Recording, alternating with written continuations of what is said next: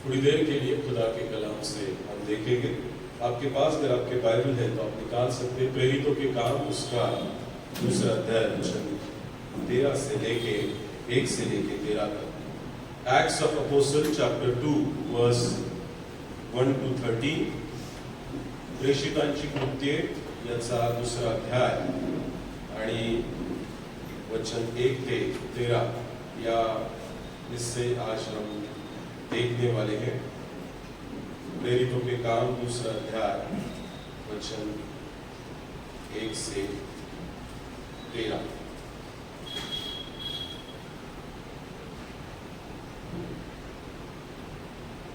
कोई भी खड़े होकर वचन 1 से लेकर 4 तक जोर से पढ़िए।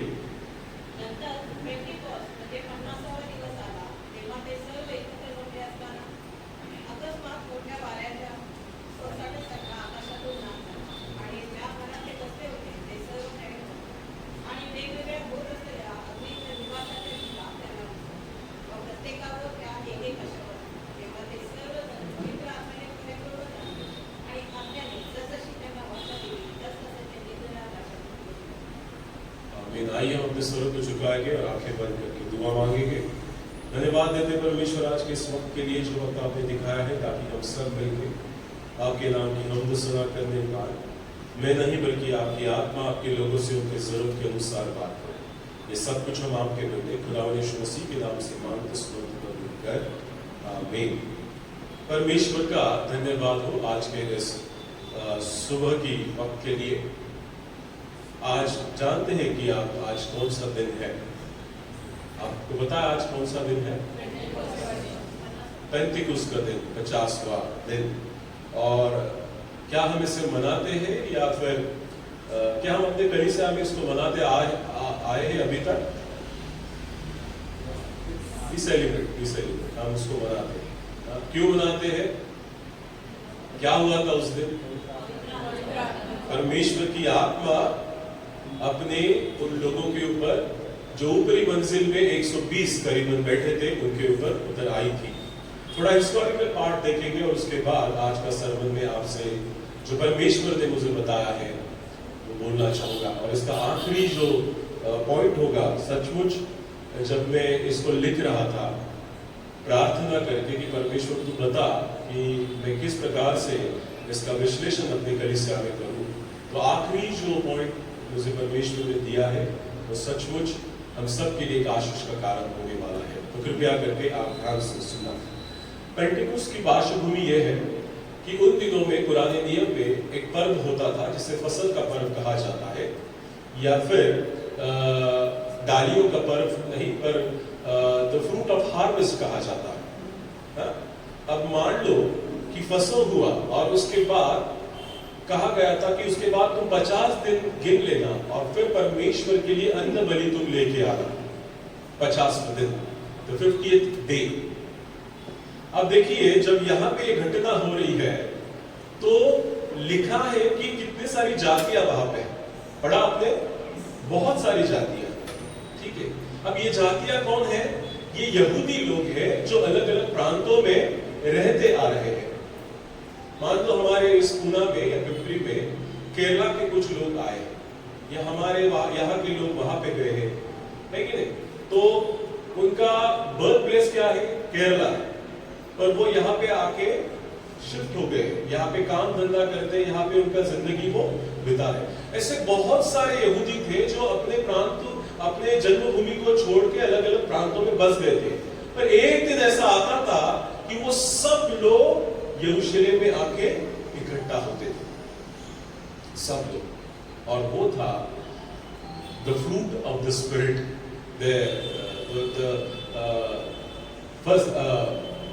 फलों का वो पर्व था। वो सब लोग वहां पे आते थे, और ये उनका एक जिम्मेदारी थी कि परमेश्वर के प्रति जो परमेश्वर ने तुम्हें दिया है उसको तुम पहला जो है, जैसे हम हार्वेस्ट फेस्टिवल को मनाते, barley, the feast of barley, है कि नहीं? इसको जैसे मनाते वैसे ही जो परमेश्वर का दिया हुआ है उसको तुम परमेश्वर के पास लेके आओ। तो ये सब बहुत देवर वेरी डिवोटेड जूस, समर्पित यहूदी थे और वो सब लोग वहां पे आते थे और परमेश्वर का जो अन्न बलि है उसको दिया करते थे। ये 50वां दिन था। ठीक है, ध्यान से सुनना। हम नए नियम की कलीसिया के बारे में बात कर रहे हैं। पुराने नियम में ऐसा होता था कि परमेश्वर ने आज्ञा दी थी कि 50वें दिन तुम सब इकट्ठा होना और अन्न बलि का पर्व तुम सब मनाना। Now we are in the era of the New Testament. हम नए नियम में आ चुके हैं। Now, when we see this incidents from the perspective of New Testament, from the goggles of New Testament, अब जब नए नियम के चश्मे को चढ़ाते हैं और इसी घटना को पुराने नियम से देखते हैं या फिर पुराने नियम के चश्मे से इस घटना को देखते हैं, तो मान लो जिस दिन परमेश्वर की आत्मा इनके ऊपर उतर आई थी वो वही दिन था जो यहूदियों का एक होना और परमेश्वर के प्रति अन्न बलि चढ़ाना वही दिन था। That was the same day. Now listen carefully. ध्यान से सुनो। यहूदी लोग इसलिए आए थे कि पुराने नियम के अनुसार, मूसा के नियम के अनुसार वो सब अन्न बलि चढ़ाने के लिए परमेश्वर के पास आए थे। Now they are coming with their fruits. अपना जो कुछ है वो परमेश्वर को देने आ रहे हैं। और वहां पे एक ऐसा भी समूह है, परमेश्वर के चेलों का समूह जो यीशु मसीह के ऊपर विश्वास करते हैं, दिन रात प्रार्थना करते हैं, क्योंकि उन्होंने परमेश्वर से आज्ञा पाई है कि जब तक मैं ना कहूं तब तक यरूशलेम को छोड़ के मत जाना, क्योंकि परमेश्वर की आत्मा तुम्हारे ऊपर उतरने वाली है। ये झुंड है और ये काफी बड़ा झुंड है। 120 लोग जो है ऊपरी मंजिल पे बैठे हैं। उनको भी पता है कि ये वो पर्व का दिन है। But now listen carefully, the birth of the church, कलीसिया की निर्मित या कलीसिया यहां से शुरुआत होती है। एंड नाउ दिस 120 पीपल, और जितने भी वहां पे लोग थे वो सबसे पहले जो है पहला फल परमेश्वर के लिए बन गए हैं। ये लोग जो है यहूदी वो फल परमेश्वर के प्रति लेके आते हैं और ये 120 लोग ही परमेश्वर के लिए पहला फल बन जाते हैं, जिन लोगों ने पृथ्वी पे जाके खुदावंद यीशु मसीह के नाम का सुसमाचार का प्रचार किया और पूरे दुनिया को उलट-पुलट कर दिया और यीशु मसीह का नाम सब दुनिया में लेके आया। This is the importance of the day of Pentecost. पवित्र आत्मा का उतरना, इसका पार्श्वभूमि यही है कि परमेश्वर की आत्मा उनके ऊपर नए सिरे से उतर आई थी और वो परमेश्वर के लिए पहला फल बन चुके, फसह का पर्व वो फल बन चुके हैं। इसीलिए आज मेरा विषय है Pentecost is a life changing experience. Pentecost जो है तुम्हारे जीवन को बदलने वाला एक अनुभव है। It's experience that the disciples of God, disciples of Jesus Christ, they have experienced when they were on the upper room. वो जब ऊपरी मंजिल पे थे तो उन्होंने उस यीशु मसीह को या पवित्र आत्मा के उस अनुभव को अपने जीवन में पाया है। और उसी को जो लूका लिखता है और वो लिखता है कि किस प्रकार परमेश्वर की आत्मा उनके ऊपर उतर आई है। Pentecost, a life changing experience। मुझे नहीं पता कि आप में से कितने लोगों ने इसका अनुभव किया है। आज बहुत सारी बातों को आपको पता चलेगा, बहुत सारी बातें शायद आप जिसे नहीं जानते हैं या आपके जीवन में, आपके मन में या आपके दिमाग में उसके लिए एक अलग अंडरस्टैंडिंग है, और शायद परमेश्वर की आत्मा उसको भी आपको बताने की कोशिश करेगी। Pentecost, a life changing experience, 50वां दिन, पवित्र आत्मा का दिन, एक जीवन को बदलने वाला अनुभव है, एक जीवन को बदलने वाला अनुभव है। मेरा पहला बिंदु है, मेरा पहला मुद्दा है, to experience Pentecost need obedience. To experience Pentecost need obedience. Pentecost को आप अनुभव करना चाहते हैं। क्या हुआ था पेंटिकॉस्ट के दिन? परमेश्वर की आत्मा जीवों के समान हर एक के ऊपर उतर आई थी और वो लोग अन्य अन्य भाषा में बात करने लगे थे। यही इंसिडेंस था ना? हेलो, सोना नहीं आज, पवित्र आत्मा सबको कुछ ना कुछ दे के जाए। If you come to church, अगर आप कलीसिया में इस हृदय के साथ आए कि परमेश्वर आज मैं तेरी आत्मा से भर के जाऊंगा, तो परमेश्वर जरूर भरने के लिए तैयार है। इसलिए एक्सपेक्टेशन के साथ बैठो, परमेश्वर कुछ ना कुछ हमको देने वाला है। सी द कैनानाइट वुमन, उस कनानी स्त्री को देखो कि मालिक के मेज से गिरा हुआ चूरा भी खा के वो कुत्ता जीता है। आम्हाला थोडं जरी मिळालं ना आज, तरी आमच्या जीवनाचं कल्याण होणार आहे, लक्षात ठेवा। थोड्याची जरी अपेक्षा करा, परमेश्वर खूप रीतीने करणारा देव आहे। मनों को खोल के रखिए, परमेश्वर तुमसे बात करेगा। पहला मुद्दा है, to experience Pentecost needs obedience. आज्ञाकारीपन होना बहुत जरूरी है अगर आप पवित्र आत्मा को पाना चाहते हैं।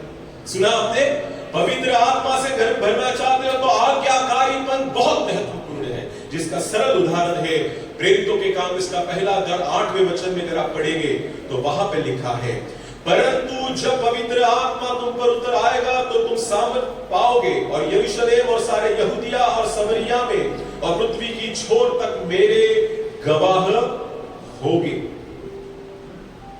हम यहां पे देखते हैं कि उनसे कहा गया था कि तुम यरूशलेम छोड़ के कहीं भी मत जाना। वचन 4 में देखिए, और उसने मिलकर उन्हें आज्ञा दी, यरूशलेम को न छोड़ो, परंतु पिता की उस प्रतिज्ञा के पूरे होने की बाट जोते रहो, जिसकी चर्चा तुम मुझसे सुन चुके हो।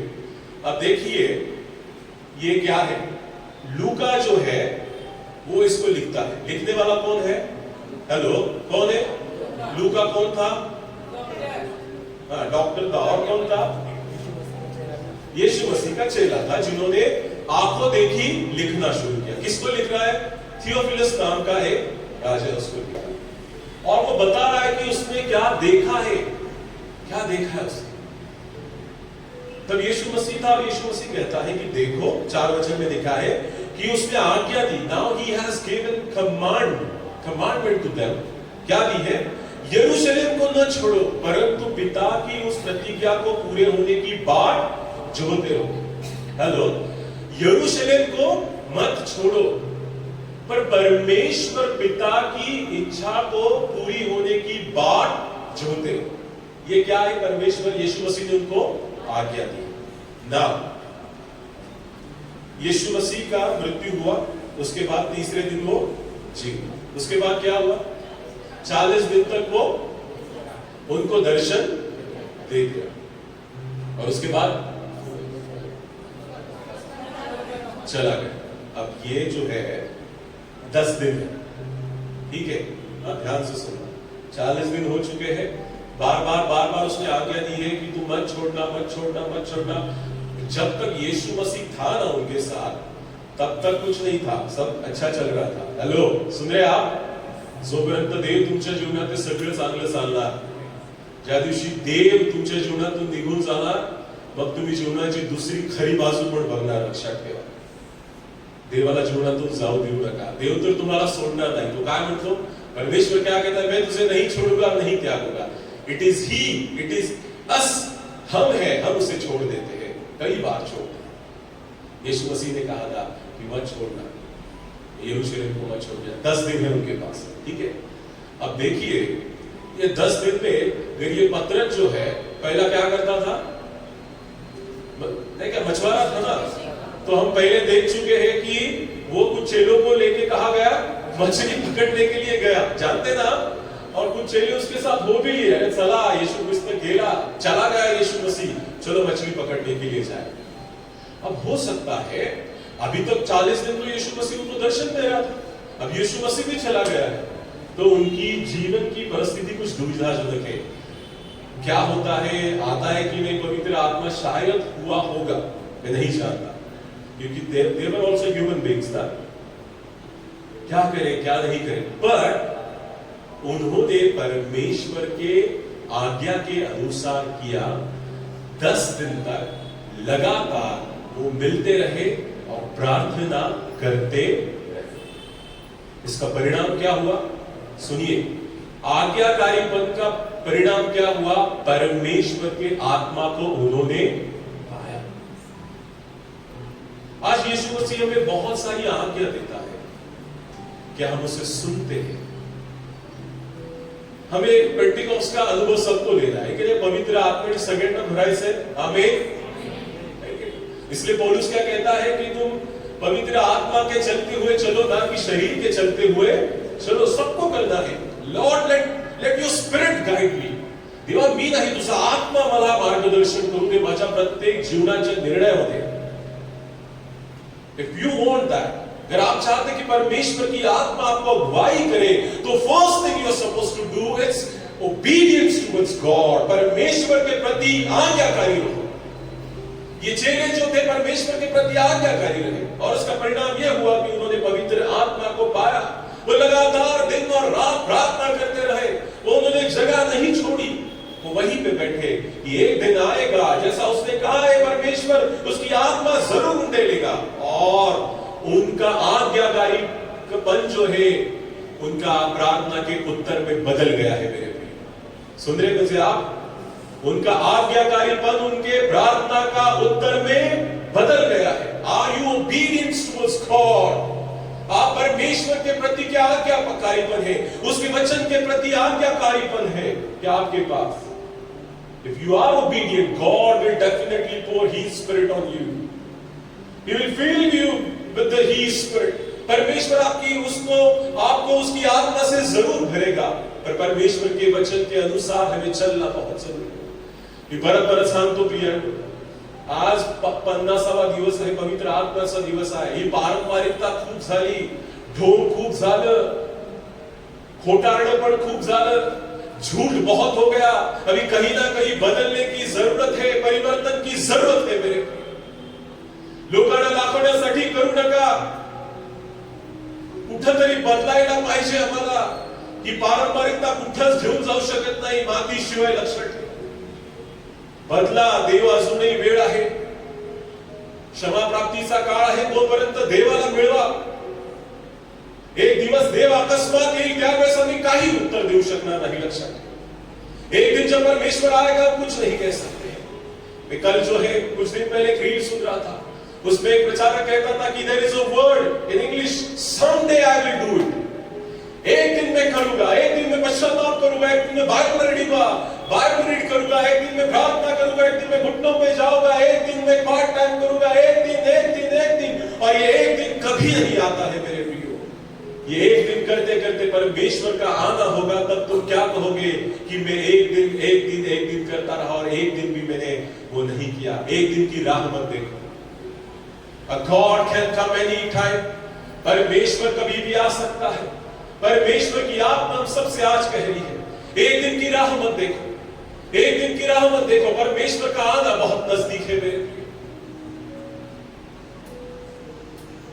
परमेश्वर के चेले जो उसके ऊपर विश्वास कर रहे थे, वो बात जो रहे थे कि परमेश्वर जरूर आएगा, यीशु मसीह जरूर आएगा। अगर उसने कहा है कि वो पवित्र आत्मा उंडेलेगा, तो जरूर उंडेलेगा। We should have that kind of faith in you। जर देव बोला की मला बसल्या फटक्याने तुला आरोग्य नक्की मिळणार आहे, कारण देव बोललेला आहे, लक्षात ठेवा। आम्ही जिवंत देवावर विश्वास ठेवतो, आम्ही मृत देवावर विश्वास ठेवत नाही। ज्या देवाला आम्ही मानतो, जो देव महान आहे, तो देव कार्य करणारा देव आहे, हा विश्वास जर तुमच्याकडे असेल तर देव निश्चित कार्य करणार आहे, लक्षात ठेवा। पोकळ विश्वास बाळगू नका, खोटा विश्वास बाळगू नका। त्याच्याने तुमच्या जीवनामध्ये जी आज परिस्थिती आहे, कदाचित त्याचमुळे आहे। जर तो विश्वास जर तुमच्याकडे असला असता, तर आज परिस्थिती ही नसली असती, हेही तुम्हाला चांगलं माहिती आहे। तुम्हाला माहिती आहे की विश्वासात कुठे कमी पडतो। आत्मा उत्सुक आहे, पण शरीर कदाचित आशक्त आहे। शरीर करू देत नाही। या शरीराला समजून सांगा, हे माझ्या जीवा परमेश्वराचा धन्यवाद कर, त्याचे सर्व उपकार विसरू नको। तुमच्या जीवात समजून सांगा, अपने मन को समझाओ, हे मेरे मन तू परमेश्वर को धन्य कहे, और जो कुछ मुझ में है उसके पवित्र नाम को धन्य कहे। हे मेरे मन तू परमेश्वर को धन्य कहे, उसके किसी उपकार को न भूलना। तुम्हारे मन को समझाओ, तुम्हारे मन को समझाओ कि तुम्हें अगर पवित्र आत्मा चाहिए, if you want to experience the Pentecost, you are supposed to obedience toward the word of God। परमेश्वर के वचन के पास तुम्हें आज्ञाकारी होना बहुत जरूरी है। जर देव म्हणते थांबलं पाहिजे मला। 120 लोगों ने वही किया, वो रुके, उसकी राह देखी। नाउ देयर इज और एक बात मैं बताना चाहूंगा। कई सालों से प्रार्थना कर रहे हो, उत्तर नहीं मिल रहा है, बाट जोहते रहो until you get the answer from the Lord। प्रार्थना कर रहे हो कई विषयों के लिए, अभी तक उत्तर नहीं मिल रहा है, मरते दम तक प्रार्थना करो, परमेश्वर कार्य करने वाला परमेश्वर है, छोड़ मत देना, बाट जोहते रहो। 2000 साल हो गए, यीशु मसीह ने कहा था कि मैं जरूर आऊंगा, अभी तक नहीं आए, पर हमने हौसला नहीं छोड़ा है, एक दिन आएगा, परमेश्वर जरूर इस पृथ्वी के ऊपर आएगा। अब जानते हैं जब ये यीशु मसीह के चेले आकाश की ओर ताक रहे थे, वो 2 स्वर्गदूत आके कहते कि मत ताको, जैसे तुम उससे जाते हुए देखोगे वो बादलों के साथ वापस तुम्हें लेने आने वाला है मेरे प्रिय। और हम वही लोग हैं जो उसके ऊपर विश्वास करते हैं, परमेश्वर जरूर आएगा। He has promised and he will fulfill that। परमेश्वर जो कहेगा परमेश्वर उसे पूरा भी करेगा मेरे प्रिय। बाट जोहते रहो, wait upon the Lord that he will fill you with his spirit prior to the condition that you are supposed to be obedient towards God and his word। देवाच्या वचनासाठी तुम्ही आज्ञाकारी असणं महत्वाचं आहे माझ्या। उन लोगों ने राह देखी और परिणाम ये होगा कि परमेश्वर की आत्मा से भरे। Now the second point is, दूसरी बात, to experience Pentecost needs power from above। पेंतिकुस्त को अगर आप उसके अनुभव को पाना चाहते, पवित्र आत्मा को पाना चाहते, तो आपको ऊपर से सामर्थ्य मिलना बहुत जरूरी है। आमीन, आमीन। उसके पहले में जो तीसरा पॉइंट है वो बोलूंगा और फिर दूसरे की तरफ जाऊंगा। To experience Pentecost needs continuous prayer. सुन रहे मेरी बात को? पवित्र आत्मा का अनुभव लेने के लिए हमें लगातार प्रार्थना करना जरूरी है। सुना आपने? जो लोग चाहते हैं कि परमेश्वर की आत्मा के अनुसार आप जीवन जिए, ये परमेश्वर की आत्मा आपके जीवन में कार्य करे, तो आपको लगातार प्रार्थना करना जरूरी है। प्रेरितों के काम 1 अध्याय 14 वचन में लिखा है, ये सब कई स्त्रियों और यीशु मसीह की माता मरियम और उसके भाई लोग एक साथ चित्त होकर प्रार्थना में लगे रहे। सुन रहे मेरी बात को आप? अगर पवित्र आत्मा का अनुभव लेना चाहते हैं तो दूसरी महत्वपूर्ण बात है, लगातार प्रार्थना करते रहो। निरंतर प्रार्थना करत रहा। ऐकले वचन तुम्ही? निरंतर प्रार्थना करत रहा। उसकी बाट जैसे जोते रहो, जैसे तुम उसकी बाट जोते हो, उसी प्रकार प्रार्थना करते रहो। यीशु मसीह के चेले जो है, देखो इस बात से पता चलता है कि पतरस वापस एक बार मछली पकड़ने के लिए नहीं गया। एक बार वो जब गया था तो यीशु मसीह ने उसको सवाल पूछा था, क्या हे पतरस, क्या तू मुझसे प्रेम करता है? यही पूछा था ना? 3 बार पूछा था। हॅलो, देवापासून दूर गेले ना, देवाचे अनेक प्रश्न विचारले, तू खरंच माझ्यावर प्रेम करत होतास का? पारंपरिकता म्हणून तू फक्त माझ्यावर विश्वास ठेवला होतास? पतरस को 3 बार पूछा है। अब पतरस कहता है कि नहीं, अब नहीं वापस जाओ। अब कहां पे है? ऊपरी मंजिल पे क्या कर रहा है? मछली नहीं पकड़ रहा, दूसरे को उकसारा नहीं है। हेलो, झोपलेगा? हम तो डूबेगे और मी जाणार मासे पकडायला आणि 4 जण ह्याच्यातले पण घेऊन जाणार नाही। जो आजपर्यंत असं म्हणत होता तो आता काय करतोय? त्या 4 जणांना परत म्हणतो, चला प्रार्थना करू, देवाचा आत्मा नक्की उतरणार। आमीन, आमीन। यही पतरस है, यही पतरस है जिन लोगों को लेके जिनको उसने उकसाया था कि वापस चलो, अपने पुराने जीवन में चलो। जब यीशु मसीह का और उसका एनकाउंटर वापस हो गया, 40 दिन जब वो दर्शन दे रहा था, उसको पता चला कि मैं गलत कर रहा हूं। मैं तो गलत कर रहा ही था, पर मैं उसको और लोगों को भी मेरे साथ लेके जा रहा था। अब उसको उसकी चूक पता हो गई है। अब वो कहता कि नहीं, मैं उनको वापस लेके आऊंगा और अब सब मिलकर प्रार्थना करेंगे। आपके जीवन में अगर ऐसा हुआ है, आप यीशु मसीह को छोड़ के आप तो जा रहे हैं, पर आप अगर अन्य विश्वासी लोगों को भी लेके गए थे, now this is the high time, bring them back. उनको वापस लेके आओ यीशु मसीह के लिए, छोड़ मत देना यीशु मसीह के लिए वापस। ये पतरस को ने पता है, हाँ, जो 3 बार यीशु मसीह को ना कहता है?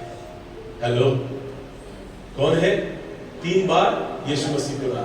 वो एक स्त्री आती है, कहती है अरे हमने तो देखा है तुझे, तो उनके साथ वो कहता है कि नहीं नहीं मैं नहीं जानता उसको। यही पतरस है, द सेम पीटर। पतरस के बारे में क्यों कर रहा पता है? ये अब तक कुछ बोल नहीं रहा था। हेलो, जब यीशु मसीह था चुप था, और जैसे यीशु मसीह चला गया ये उठकर खड़ा हो गया और सबसे पहले प्रचार करना शुरू किया। और लगभग 3000 लोग जो है, 3,500 परमेश्वर के आते हैं। तुम्हाला माहिती आहे, the beauty of gospel is what, जे सगळ्यात घाणेरडे आहेत, टाकून दिलेले आहेत, नको म्हणणार आहे, देव त्यांनाच घेऊन त्यांचाच उपयोग करतो. आमेन. म्हणून बांधणाऱ्याने नापसंत केलेला दगडच कोळशीला झाला. तुम्हाला जर लोक घाण म्हणतील ना, घाबरू नका. वाईट म्हणतील, घाबरू नका. तुमचाच उपयोग देव केल्याशिवाय राहणार नाही. आणि पेत्र तर कोण आहे? तो स्वतः परमेश्वराच्या एकलोत्या जो पुत्र आहे येशू मसीहला, त्यालाच नाही म्हणतो. देव त्याचाच उपयोग करतो आणि म्हणतो हे पत्रस, मी या खडकावर मंडळी बांधणार, म्हणजे बांधणार.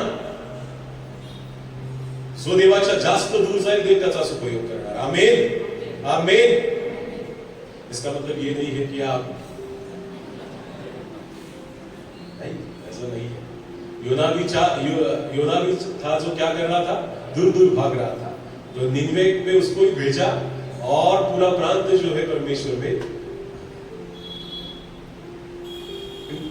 आपका जीवन जो अलग है, see there are different experience Christian life. आप जिस स्तर में है ना, शायद वो बंदा वहां पे नहीं है. समझ रहे मेरी बात को आप? मैं जिसकी बात कर रहा हूं कि जो परमेश्वर के बहुत दूर है, परमेश्वर उसको उठा के उसका इस्तेमाल करता है. पर आप जो है उसके ऊपर पहले ही विश्वास करते, आप कई गुना आगे बढ़ गए हैं. So you are also privileged people. समझ रहे मेरी बात को? तुम्ही ती पायरी गाठली आहे आणि हा माणूस जो आहे तो चाललाय हळूहळू हळूहळू तुमच्याच त्या दिशेने येते. You are also privileged people. Pray continuously, लगातार प्रार्थना करते रहो. पतरस ना बोल रहा था, पर वही आज प्रार्थना कर रहा है. और हम देखते हैं कि वो प्रार्थना करते रहे. In order to get the spirit of the Lord, परमेश्वर की आत्मा पाने के लिए सबसे दूसरा महत्वपूर्ण कार्य क्या करना है आपको? प्रार्थना. सब बोलिए प्रार्थना, प्रार्थना. कितनी बार आप प्रार्थना करते हो? मैं बार बार यहां से बोल चुका हूं. कितनी बार प्रार्थना करते हैं आप? 2 बार, 3 बार, 4 बार? कितनी देर प्रार्थना करते हैं? हेलो, कितनी देर? जेवणावरची? हेलो, खरं बोलते की खोटं? जेवणावरची असती ना. मैं बार बार बोलता हूं ये बात. कभी कभी इतना भूख लगती है शुगरच्या पेशंटला, तर ते पण होत नाही. शिववादित कर. मैं इस प्रार्थना की बात नहीं कर रहा हूं. ये तो धन्यवाद की प्रार्थना है जो हम परमेश्वर को देते हैं. खाने के लिए धन्यवाद, मुझे गाड़ी मिलने के लिए धन्यवाद, जाने के लिए कहीं और जा रहा हूं और अचानक मुझे गाड़ी मिल गई, धन्यवाद यीशु. छोटी छोटी प्रार्थनाएं करते हैं और करना है. हेलो, करना है. हर एक बातों के लिए धन्यवाद की प्रार्थना जरूर करना है. But this prayer is different than this. ये किस लिए है कि तुम्हें परमेश्वर की आत्मा ये ऐसे नहीं मिलेगी 2 मिनट के प्रार्थना में नहीं मिलेगा. ये नहीं मिलेगा, ये वाला नहीं मिलेगा. इसके लिए आपको घुटनों पे जाके घंटों दर घंटों प्रार्थना करनी.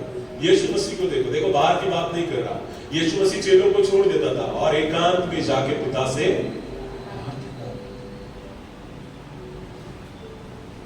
हमें भी कुछ देर के लिए अपनों को छोड़ के थोड़ी देर परमेश्वर के साथ वक्त बिताना बहुत जरूरी है. और स्पेशली अगर आप पवित्र आत्मा को पाना चाहते हो तो आपको घुटनों पे जाके प्रार्थना करना बहुत. ये मैंने आपको से देखा. जब मैं पहले कलीसिया में काम करता था, वहां पे जब सेवकाई करता था, वहां पे एक लड़का था 16-17 साल का. मैं पहली बार जब उनके घर पे गया तो वो बहुत मतलब जैसे दुनिया के बच्चे थे वैसे ही था. पर जैसे मैंने जाना शुरू किया, वो भी कलीसिया में आना शुरू किया, तो वो कलीसिया में ही बैठा करता था. दिन रात कलीसिया में बैठा करता था. एक वक्त ऐसा आया कि वो कलीसिया में ही सोने लगा. मेरा घर ऊपर था और वो कलीसिया नीचे था, उधर ही सोने लगा. तो वो जो लड़का है वो पूरे रात भर प्रार्थना करता. रात भर प्रार्थना, रात भर प्रार्थना। और ये कई महीनों तो चला। एक दिन परमेश्वर की आत्मा ने उसे भर दिया और सुबह आके उसने बोला, पर पास्टर साहब, आज परमेश्वर ने मुझसे बात की, मुझे उसने अपनी आत्मा से भर दिया। तो मुझे ये बात उसमें पता चली कि परमेश्वर की आत्मा से अगर आप भरना चाहते हो, 5 मिनट की प्रार्थना, 10 मिनट की प्रार्थना से नहीं होगा। घंटों दर घंटों आपको बैठना पड़ेगा in order to have the intimate relationship with God. देवाबरोबर एक सलोख्याचं नातं बनवण्यासाठी तुम्हाला वेळ घालवावा लागेल. सिली उदाहरण है पत्तू का।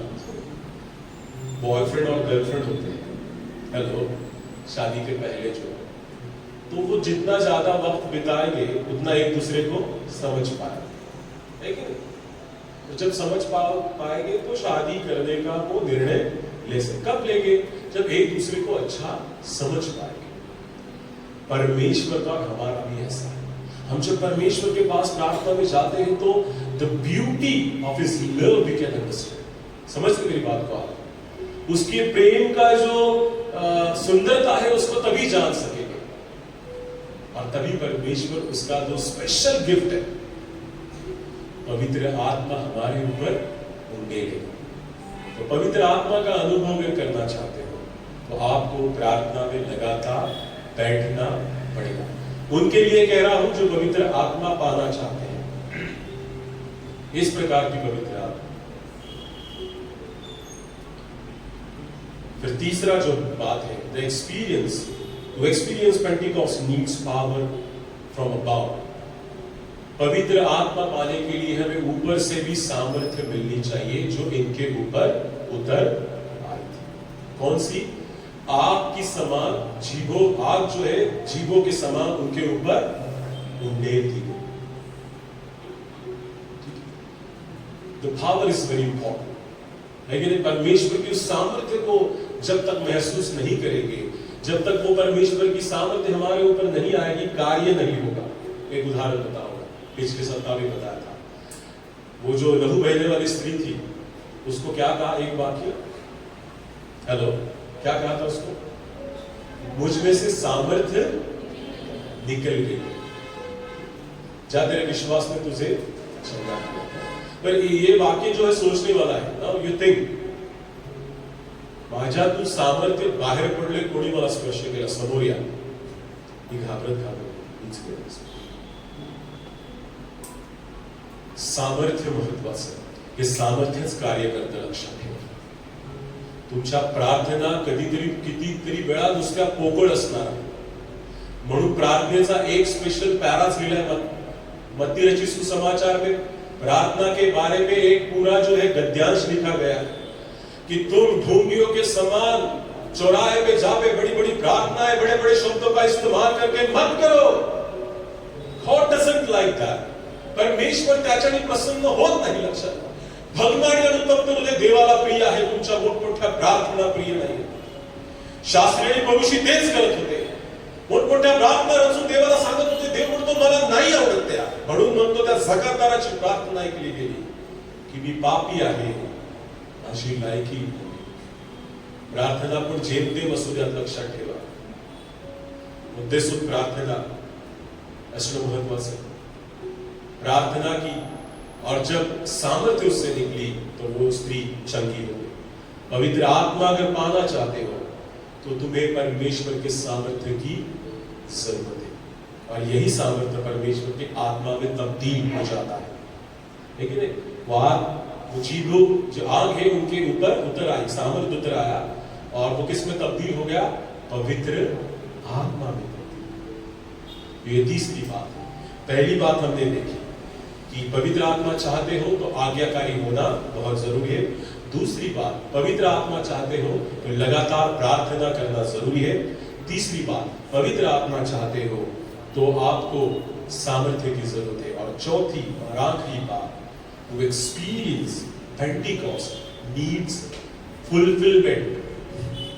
To experience Pentecost needs fulfilment. ये शब्द जो है थोड़ा सा मेरे सरमन से थोड़ा सा ताल्लुकात नहीं रखेगा। और यही पॉइंट परमेश्वर ने मुझे जोर देके कहा है, जो मैं आपको जरूर कहूंगा। परमेश्वर की आत्मा का कार्य अगर आप आपके जीवन में महसूस करना चाहते हो, परमेश्वर की आत्मा आपके जीवन में आप महसूस करना चाहते हो, तो इसके लिए ये भी कंडीशन है कि आप सब कुछ ठीक करें, सब कुछ ठीक करें। और इसकी शुरुआत कहां से होगी? परिवार से। उदाहरण बताओ, ये प्रेरितों के काम का जो पहला अध्याय है, वहां पे यीशु मसीह के स्वर्गारोहण के बारे में बताया गया है, वचन 6 से लेके फिर 11। उसके बाद क्या है पढ़ना, टाइटल पढ़ना, उसका टाइटल पढ़ना। हाँ, उसके बाद वाला टाइटल क्या है? जोर से बोला। 12व्या पेशीदांची निवड। मैं हिंदी में लिखा है मत्तिया को यहूदा का पद मिलना। ठीक है, अब ध्यान से सुनना, ये बहुत महत्वपूर्ण है। शायद परमेश्वर हमको कुछ बता रहा है। उन्होंने, देखो, पवित्र आत्मा अब तक उनके ऊपर उतर नहीं आई। परिस्थिति क्या है? यहूदा एक चेला कम है, यहूदा चला गया, 12 होने के लिए एक बाकी। Now they are incomplete. Before they get the spirit of the Lord, परमेश्वर की आत्मा पाने से पहले उनमें क्या था? अपूर्णता थी। पर उन्होंने ये उचित समझा कि वो आत्मा हमें मिलने के पहले, हमारे ऊपर आने से पहले, हमें अपने आप में परिपूर्ण होना बहुत जरूरी है। ये 12 जो चेले हैं वो उन 12 गोत्रों को दिखाते हैं। नाउ लिसन, पुराने नियम की हर एक बात यहां पे पूरी हो रही है। अब तक 12 नहीं है, 11 ही है। समझ रहे मेरी बात? See, this is the spirit of the Lord. परमेश्वर की आत्मा का कार्य क्या है? देखिए, अभी तक पूर्णता नहीं हुई है। जब 12वां आएगा तो ये जो परमेश्वर के चेले जो है 12 जो गोत्रों को दिखाते हैं वो पूरे हो जाएंगे। और तभी ये लोग जो यहूदियों के अनुसार वहां पे अन्न बलि चढ़ाने जाते थे, ये नए नियम में हम देखते हैं ये 11 थे। इनके मन में एक सुझाव आया, और वो पतरस ही है। उनके मन में ये सुझाव आया कि हमारे बीच में एक कम है। There is an incompleteness among us, and until we fulfill that, let not receive the spirit of the Lord, or it may that Lord won't pour His Spirit until we complete in ourselves. समझ रहे मेरी बात को? एक तो ऐसा हो है कि जब तक परमेश्वर, जब तक हम पूरी तरीके से, या जब तक हम परिपूर्ण ना हो, जो नंबर है जो इजराइल के गोत्र को दिखाता है, जब तक हम पूर्ण ना हो तब तक हम परमेश्वर की आत्मा को ना पाए। या दूसरा, जब तक हम परिपूर्ण ना हो, परमेश्वर उसकी आत्मा हमारे बीच में नहीं देगा। What they are doing? They are settling everything first before they are receiving the spirit of the Lord. समझ रहे मेरी बात को आप? ये कौन है? ये चेले कौन है? They are family. वो अपने आप में एक परिवार है। क्यों परिवार है? यीशु मसीह के जाने के बाद सब लोग दिन रात एक जगह पे इकट्ठा होकर क्या कर रहे हैं? प्रार्थना कर रहे हैं। They are one. सुबह शाम एक साथ रहते हैं, प्रार्थना करते हैं, संग में रोटी तोड़ते हैं, संग में सब कुछ करते हैं। They are family. And before they receive the Spirit of the Lord, they see there is a incompleteness. अपने आप में परिपूर्णता है, और जो वो 12 गोत्रों को इंगित करती है। और जब परमेश्वर, ये भी परमेश्वर के आत्मा ने उन्हें ही प्रेरित किया था। परमेश्वर ने आत्मा ने उन्हें बताया था कि तुम्हारे में अभी भी अपूर्णता है, उसकी जगह भरनी पड़ेगी। और फिर जब मन में ख्याल आया तो उन्होंने कहा कि हाँ, ये करना पड़ेगा। और फिर उन्होंने क्या किया? क्या किया उन्होंने? हेलो सोपुणका, हेलो,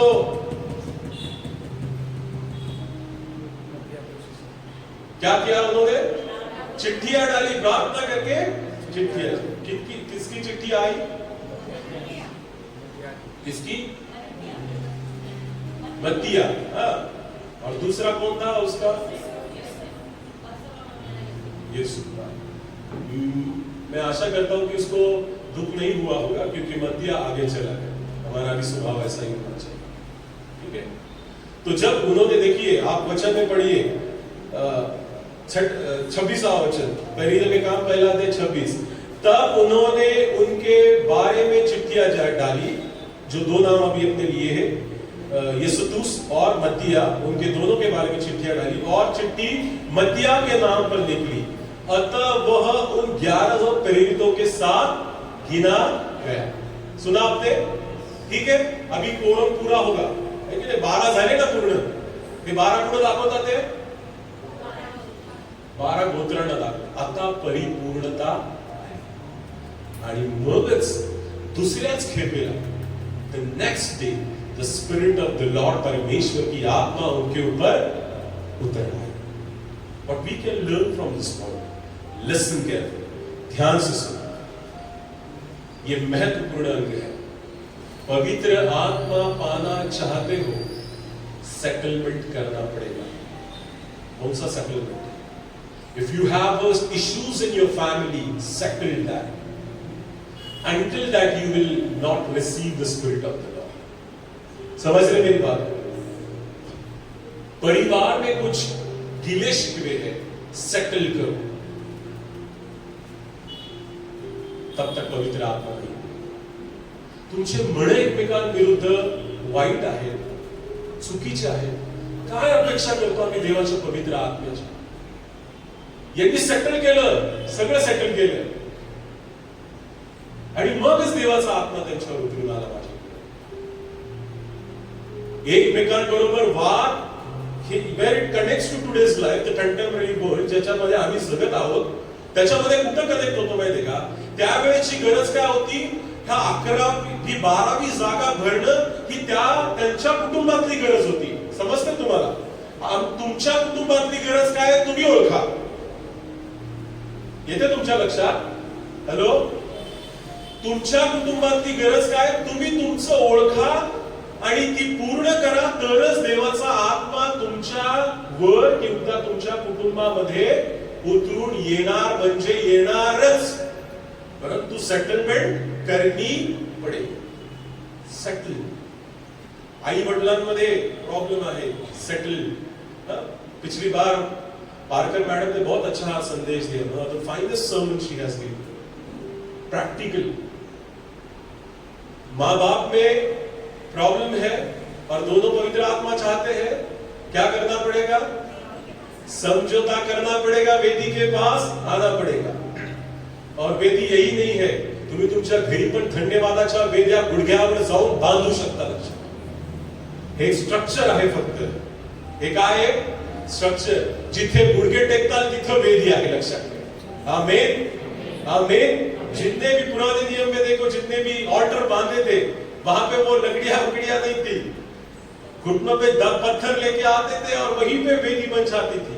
तुमच्या वेद्या तुमच्या घरात आहेत, तुमच्या वेद्या तुमच्या बेडरूम मध्ये आहेत, तुमच्या वेद्या तुमच्या हॉल मध्ये आहेत, लक्षात ठेवा। तिकडे जा, पश्चाताप करा पती पत्नी, आणि मगच देवाचा आत्मा इतक्या प्रखर रीतीने तुमच्यामध्ये येईल की तुमचं जीवन पाहिल्यासारखं राहणार नाही, लक्षात ठेवा। धन्यवादाच्या वेद्या बांधा, एक हो जाओ पहले। माँ बाप में कुछ प्रॉब्लम है, समझौता करो। बच्चों में माँ बाप में प्रॉब्लम है, समझौता करो। पति पत्नी में प्रॉब्लम है, समझौता करो।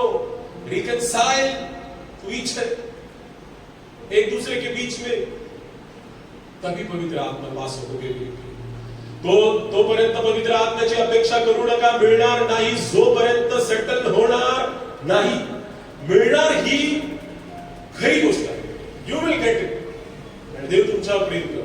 Prior to the condition that you're supposed to reconcile among yourself, in your family. कहते तुम्हाला? कहते? समझ रहे आपको? The fourth point is, before get the spirit of the Lord, you're supposed to settle everything. म्हणून पश्चाताप, येशूचा संदेश काय होता? काय होता? पश्चाताप करा, कारण स्वर्गाचं राज्य जवळ आले। एकमेकांकडे पश्चाताप करा, भाऊ माझ्याकडून चुकलं, माफ कर, इट्स अ ब्युटी. खूप चांगलं आहे ते. अनुभव घेऊन पहा माझ्या प्रियांनो. त्याच्यामध्ये जो आनंद आहे तो या जगातला आनंद नाहीये. म्हणून एकमेकांची क्षमा मागा. क्षमेचा अंतःकरण परमेश्वराने आम्हाला दिलेला आहे. तसं केलं तर देव तो पवित्र आत्मा पण तुमच्यावर नक्की उतरणार आहे. आणि मग इथं लिहिलेलं आहे कि यहाँ पे लिखा है कि वो परमेश्वर की आत्मा उनके ऊपर उतर आई. आत्मा टंग्स जो है, टंग्स के बारे में थोड़ा बोल के मैं खत्म करूंगा. टंग्स जो है दो प्रकार के हैं. जो यहाँ पे उतर आया था वो टंग्स नहीं है जो आप दूसरी भाषा में बोलते हो. क्या लिखा है यहाँ पे? जब परमेश्वर की आत्मा उनके ऊपर उतर आई तो वो ऐसी भाषाएं बोलने लगे जो सामने वाला समझ सकता था. वो सामने वाला कौन था? अलग अलग प्रांतों से आया हुआ उनकी अलग अलग भाषाएं थी. और वो क्या कर रहे थे? वो भाषा में क्या कर रहे थे? परमेश्वर के महानता को बता रहे थे. वो भाषा है. दूसरी एक भाषा है जो आम इंसान नहीं समझ सकता है. वो सिर्फ परमेश्वर और वो व्यक्ति समझ सकता है. पर ये भी लिखा है पत्री में कि तब तुम वो भाषाएं तभी बोलना कलीसिया में जब उसका अर्थ बताने वाला हो, ना तो आप. क्यों? उसका कारण भी दिया. अनोळखी व्यक्ती जर आला तर म्हणतील हे काय वेळ आहे, काय बडबड चाललीये, काही कळत नाही. आणि आजकाल प्रॅक्टिस पण होतं त्या गोष्टी. हेलो, माहिती तुम्हाला? प्रैक्टिस भी करते लोग. बार बार बार बार बार बार सुन के वही शब्दों को क्या करते हैं? प्रैक्टिस करते हैं. That is not genuine.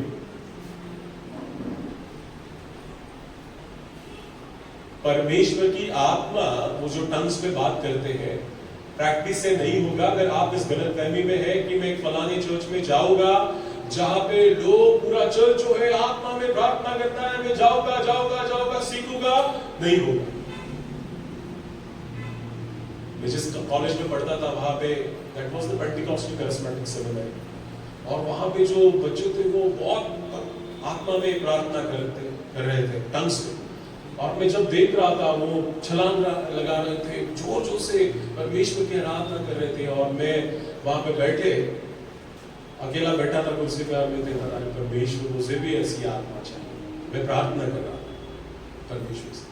पर मैंने एक भी बार उनको प्रैक्टिस नहीं किया ना. उनको क्या उनके बाद कॉपी नहीं किया. कॉपी मुझे पता है ये पाप है. आलं तर कुठे देणार? हॅलो. पर स्वर्गातून मिळाल्या दिल्या वाचून काही आपल्या मिळत नाही. आत्मा पण ते त्यातलं एक गोष्ट आहे. फक्त जगी गोष्टीच नाही. कार, गाडी, बंगला, जॉब हीच गोष्ट नाही. आत्मा पण त्यात आहे. देव ज्याला पाहिजे त्यालाच तो देतो. त्याचं प्रार्थनावर जीवन कसं आहे ते बघूनच परमेश्वर देतो. म्हणून ज्याला त्याला त्याच्या कृतीप्रमाणे परमेश्वर नक्की देणार आहे. लक्षात ठेवा. आप अगर परमेश्वर से प्रार्थना करते हैं लगातार, परमेश्वर आपको जरूर देने वाला परमेश्वर. इसीलिए प्रैक्टिस मत करो. अन्य भाषा की प्रैक्टिस मत करो. जो करेगा वो दंड के पात्र होगा.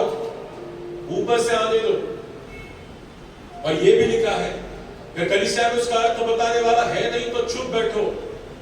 जब तक आप उसका अर्थ बताने वाला नहीं है.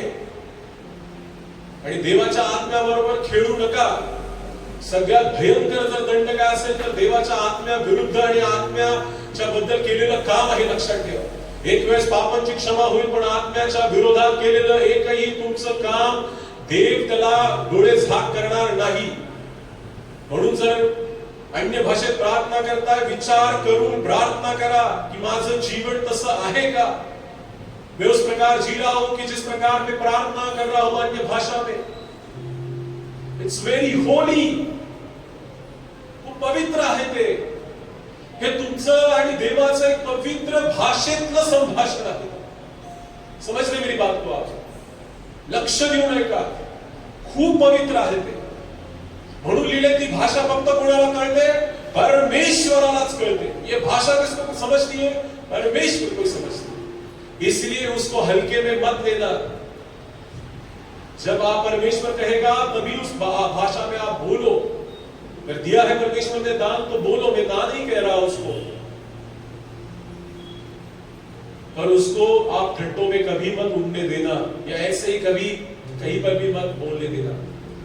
और एक बात है उसके बारे में, और उसी प्रकार हमें अपने जीवन को भी बिताना बहुत जरूरी है। आत्मा में बोलना चाहते हो, सबको लगता है ना मैं आत्मा में बोलूं, उस प्रकार हमारा जीवन भी होना चाहिए।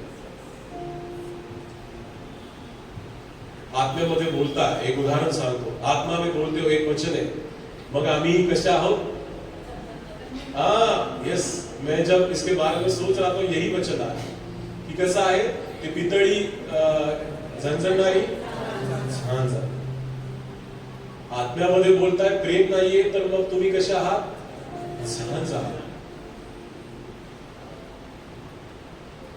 तुम्ही विचार करा, प्रेम नाहीये की काय आत्म्यामध्ये बोलणार आहे। म्हणून त्या पौलाला करंथीकराच्या पत्रामध्ये प्रेमाबद्दल इतक्या सगळ्या गोष्टी लिहायला, प्रेम क्षमा या गोष्टी नाहीयेत आणि मग तुमच्या आत्म्यामध्ये बोलून काही उपयोग नाही, व्यर्थ बडबड आहे ती। देव मान्य करणार नाही त्या गोष्टी, लक्षात ठेवा। देव अंतःकरण पारखणार आहे।